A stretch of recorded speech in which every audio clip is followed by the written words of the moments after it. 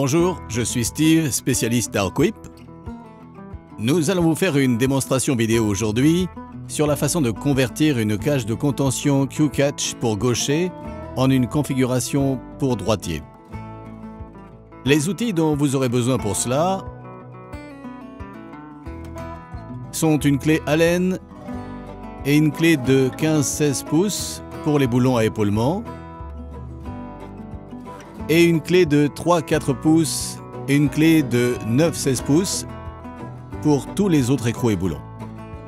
Vous aurez besoin de deux composants pour effectuer ce changement de configuration. Le premier est le boîtier de verrouillage et le second est ce support coudé appelé Fandangle qui est utilisé pour débloquer le boîtier de verrouillage. Une petite remarque, lorsque vous retirez tous vos écrous et boulons, mettez-les dans un seau pour ne pas en perdre, comme moi.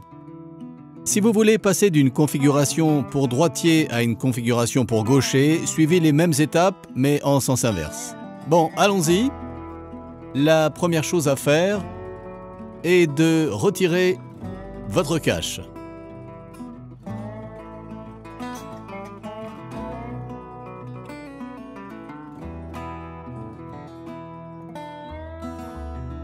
Je laisse toujours un boulon ici et je le laisse pendre parce que le cache est assez lourd.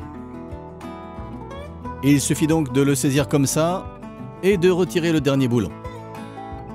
Ensuite, nous allons procéder à la conversion de la porte de contention d'un mode pour gaucher à un mode pour droitier. La première chose à faire est de retirer vos marteaux.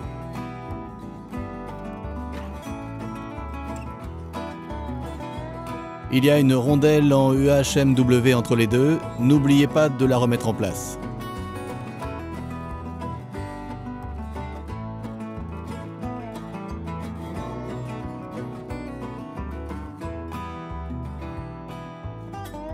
Il y a aussi une rondelle au milieu.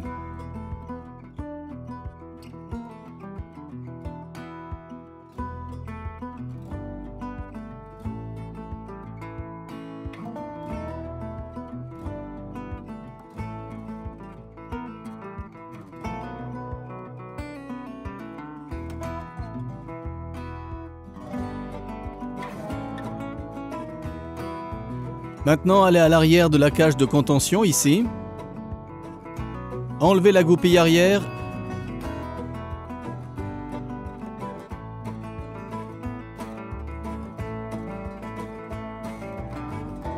Et laissez votre barre pendre comme ça. Prenez votre poignée de contrôle et faites-la glisser.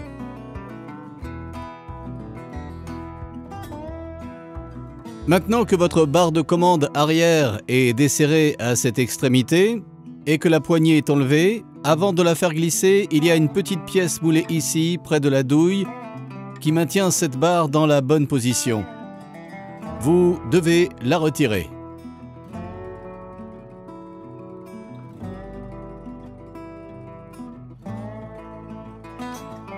Maintenant, votre barre de commande arrière va simplement glisser vers l'avant.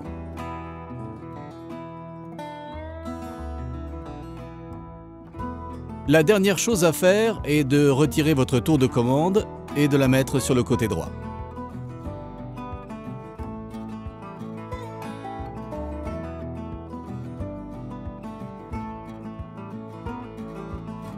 Maintenant, nous allons prendre la tour de commande et la déplacer vers la droite. Pour éviter d'avoir à retirer la barre et à la changer de place, vous pouvez simplement retirer ce boulon et lui faire un demi-tour. C'est très simple.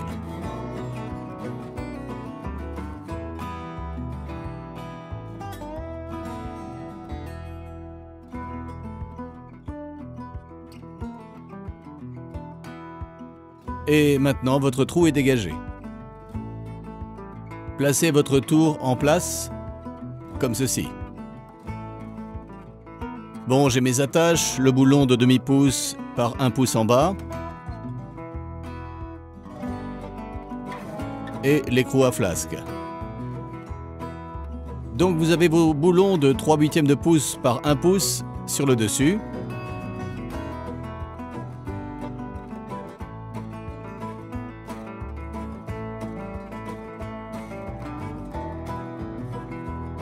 Une autre chose que je suggère de faire, c'est de laisser tous mes boulons et écrous desserrés jusqu'à ce que l'opération soit terminée, puis de tout resserrer. Sinon, vous allez vous rendre la vie très difficile. Bon, nous allons modifier notre support de commande arrière maintenant.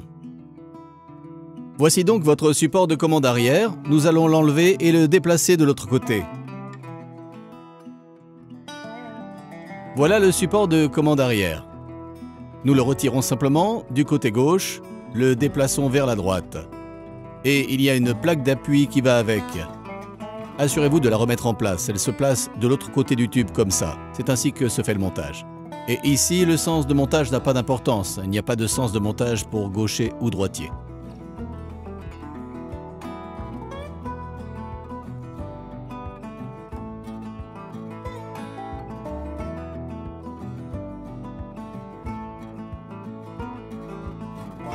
Maintenant, nous allons placer notre barre de commande arrière. Assurez-vous que votre première douille en plastique est bien en place contre cette partie et prenez votre barre et poussez-la jusqu'à la moitié de la tour. Elle se maintiendra d'elle-même. Puis prenez votre deuxième douille et glissez-la comme ceci. Puis continuez à faire passer votre barre jusqu'à ce que votre première douille glisse. Prenez ensuite votre goupille arrière et votre poignée et assurez-vous que tout est bien installé, le boulon d'aile face à vous. Vous pouvez l'utiliser comme une petite poignée, comme ceci. Soulevez, installez votre goupille et installez votre boulon de 3/8 pouces.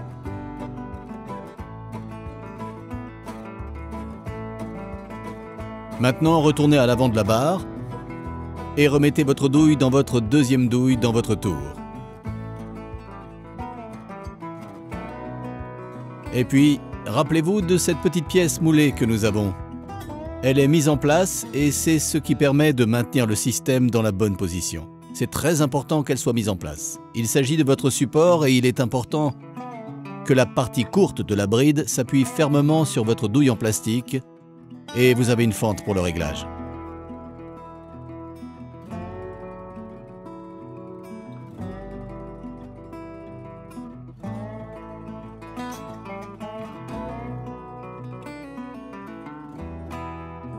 Assurez-vous encore une fois que tout est bien serré. Poussez votre support et serrez votre boulon. Nous recommandons de serrer ce boulon immédiatement pour ne pas l'oublier.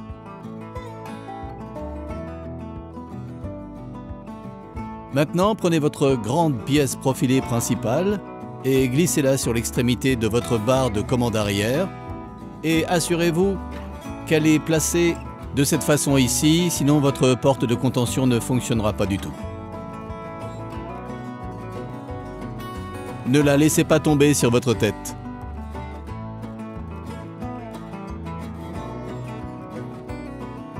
Ceux-ci sont des boulons d'1/2 pouce et une clé de 3/4 de pouce.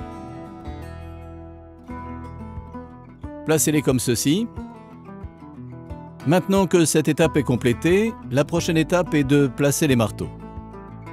Nous allons commencer par le plus long.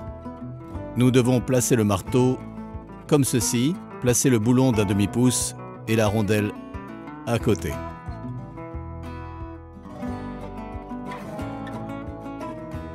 Puis assurez-vous de l'installer au niveau du trou qui se trouve vers le centre de la porte de contention.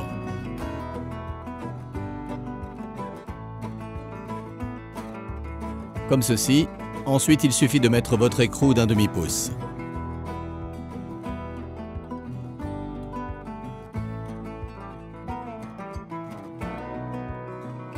Ok, maintenant prenez votre boulon à épaulement, placez-le, puis votre rondelle UHMW de l'autre côté, placez votre marteau, puis votre écrou. Comme ça, nous allons davantage resserrer le tout plus tard. Donc maintenant, nous allons passer à nos marteaux courts. Le montage est le même. Vous avez votre boulon et votre rondelle sur le côté intérieur du marteau, à l'intérieur de cette fente-ci.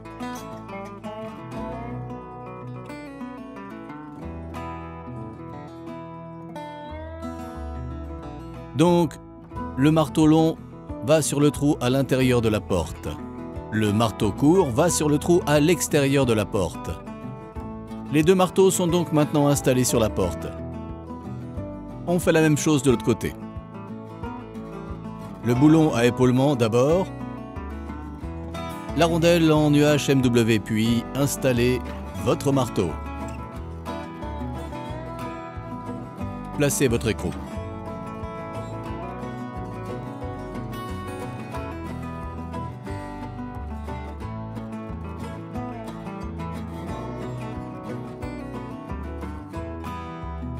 Ne serrez pas trop vos boulons d'épaulement, sinon vous créerez une légère friction sur la porte de contention.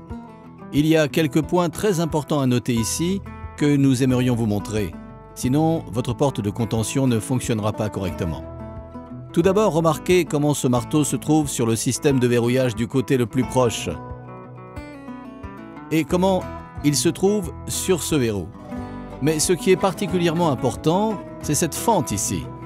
Ces boulons d'un demi-pouce ne doivent pas être trop serrés, car ils doivent pouvoir bouger librement dans la fente.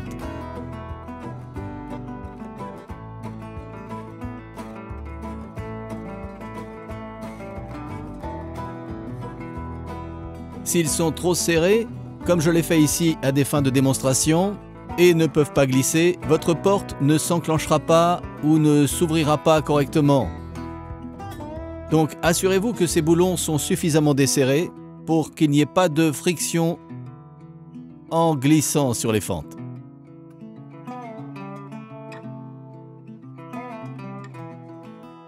Voilà, comme ça. Maintenant, ça fonctionne bien. L'étape suivante consiste à prendre l'ensemble de la poignée du système à parois autoserrantes et le support qui libère le boîtier de verrouillage de ce système. Nous allons le déplacer sur le côté droit. La première chose à faire est donc de retirer ce support. C'est la même procédure. D'abord les boulons de 1/2 pouce, la clé de 3-4 pouces. Enlevez votre support et rappelez-vous que c'est le support que vous devez commander si vous avez besoin d'une configuration pour droitier. Maintenant que votre support est retiré, cela libère votre boîtier de verrouillage. Enlevez vos deux boulons ici et retirez la goupille supérieure.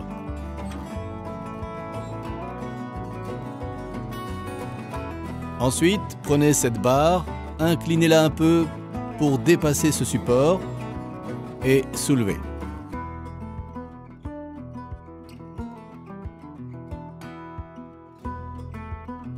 Et maintenant votre support inférieur. Et il y a aussi une plaque d'appui ici. Il est important de la remettre en place.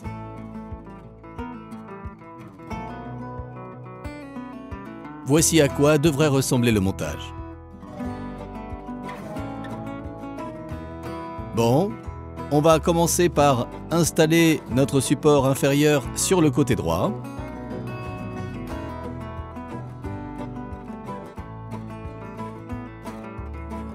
N'oubliez pas votre plaque d'appui et vos écrous.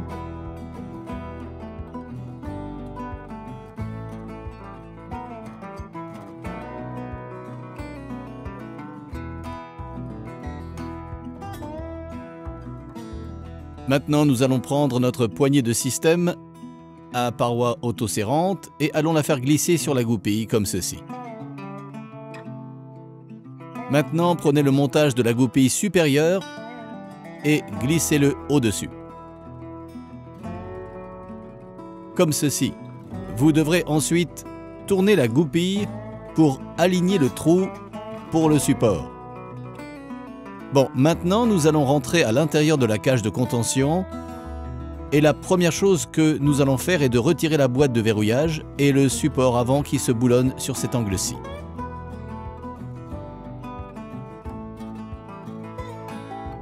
Rappelez-vous que nous avons desserré tous les boulons à l'avance, c'est pourquoi nous pouvons les retirer facilement avec le pouce.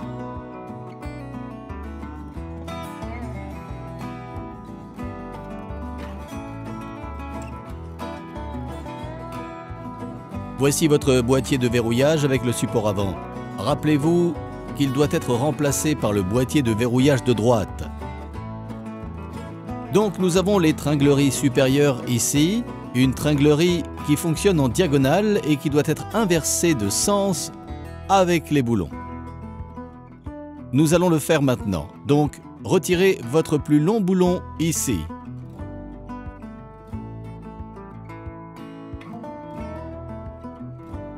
Il ne tombera pas sur vous parce qu'il est toujours boulonné à l'arrière. Allez, de l'autre côté. Enlevez-le. Retirez le boulon le plus court, puis allez à l'arrière.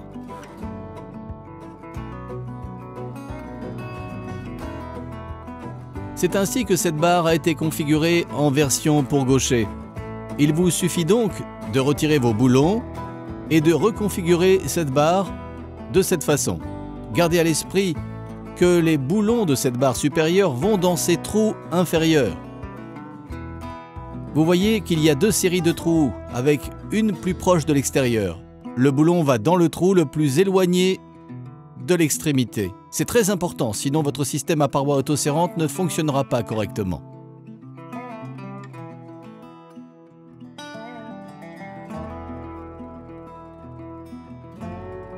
Donc maintenant que le boulon arrière est en place, nous allons nous déplacer vers l'avant. Prenez votre boulon le plus long. S'il n'est pas aligné, déplacez simplement le système à paroi autoserrante comme ceci, jusqu'à ce qu'il le soit, et ce boulon passe par deux tringleries. Installez-le et il restera encore un boulon.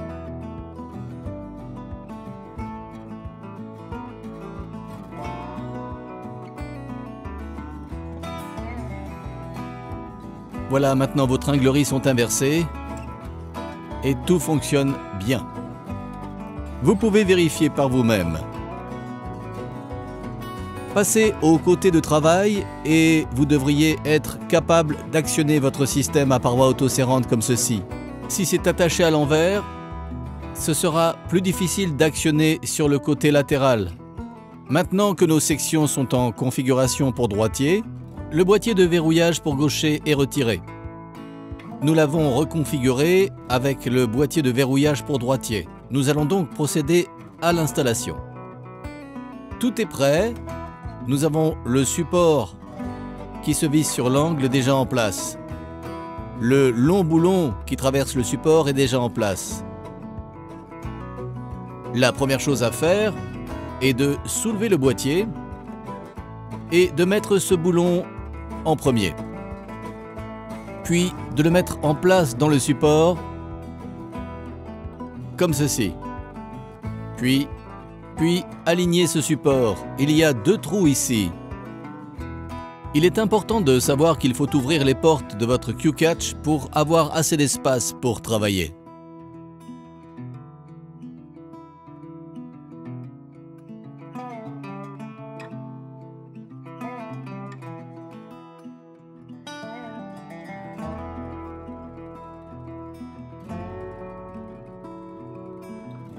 Alors ce support est installé avec les boulons, les écrous sont en place. Revenez vers votre boîtier de verrouillage et placez l'écrou en bas.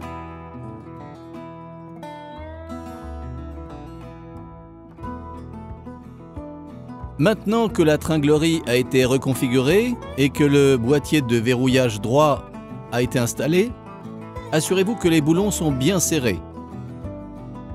Le long boulon principal de votre boîtier ne doit pas être trop serré car il doit pivoter et bouger un peu. Il ne faut pas créer trop de friction. La dernière chose à faire ici est de prendre votre pièce coudée pour configuration pour droitier et de l'installer. Le boulon du haut doit passer par la pièce coudée ainsi que par la goupille du haut. Vous devez donc vous assurer qu'ils sont tous alignés.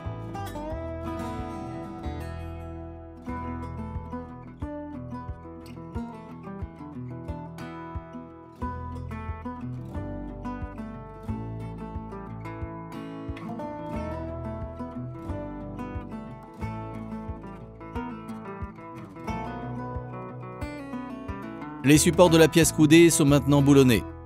La prochaine étape consiste à s'assurer que les réglages sont corrects.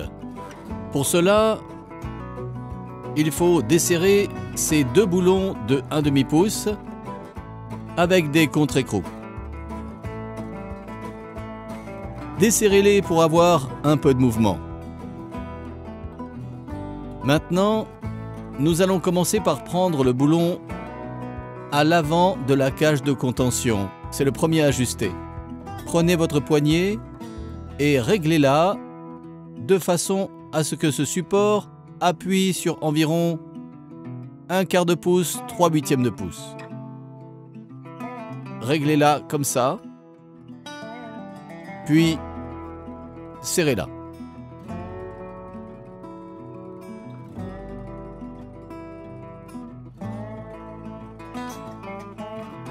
Maintenant, il faut adapter la distance par rapport à la goupille, de sorte que lorsque nous actionnons le système à paroi autoserrante, il n'y ait pas trop de distance entre la goupille et le système, et que lorsque nous ouvrons le système, la goupille ne soit pas trop poussée. Nous allons donc ajuster et vous montrer les distances nécessaires.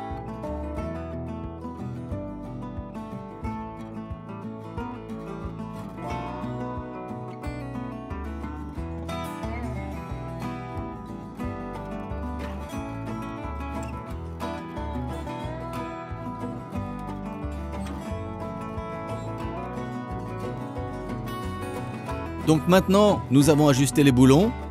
Lorsque je vais vouloir immobiliser un animal et actionner le système en le serrant, il devrait y avoir une marge d'environ 3/8 à 1/2 pouce.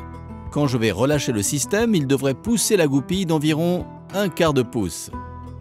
Et ça devrait bien fonctionner. Vous pouvez voir que ça fonctionne bien et facilement.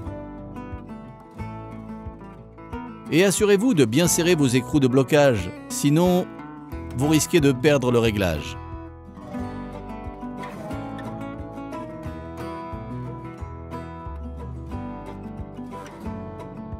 Pour récapituler, quand vous desserrez le système à paroi autoserrante, que vous l'ouvrez, vous poussez votre goupille de verrouillage d'1/4 de pouce.